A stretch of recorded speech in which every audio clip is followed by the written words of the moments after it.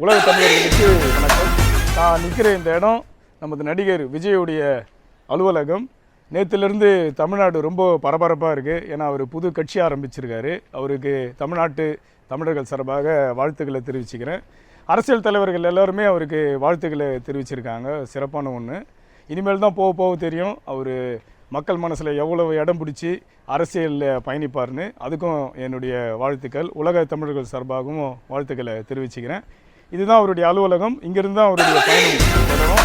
இது அரசியலுக்கு வந்தது வரவேற்கத்தக்கது தான். அவருக்கு என்னுடைய வாழ்த்துக்கள். இதுதான் ஜனநாயகம். யார் வேணால் அரசியலுக்கு வரலாம். ஆனால் இது சினிமா மாதிரி கிடையாது. ஒரே நல்ல கட் அண்ட் பேஸ்ட்லாம் பண்ணி டக்குன்னு மேலே போய் உட்காந்துட முடியாது. நெடிய பயணம் இருக்குது. அதுக்கு அவர் போராடணும். ஆனால் என்னுடைய ஆதரவு இருக்கும். எங்களுடைய மாதிரி மக்கள் இளைஞர்கள் இருக்காங்க. விஜய் அரசியலுக்கு வந்ததை பற்றி உங்ககிட்ட சில கருத்துக்களை கேட்போம். சொல்லுங்களேன்.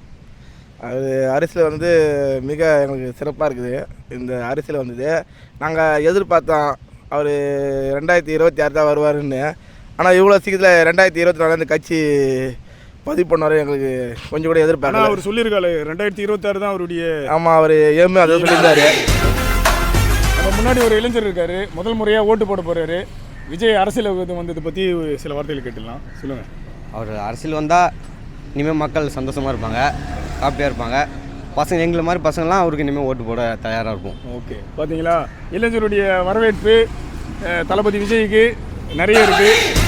தளபதி விஜய் அவருக்கு அரசியல் வந்திருக்காரு. ரொம்ப நல்ல விஷயம் தான். ஜனநாயக நாட்டில் யார் ஒன்று அரசியலுக்கு வரலாம். அவர் நாட்டு மக்கள் நல்லது செய்யணும்.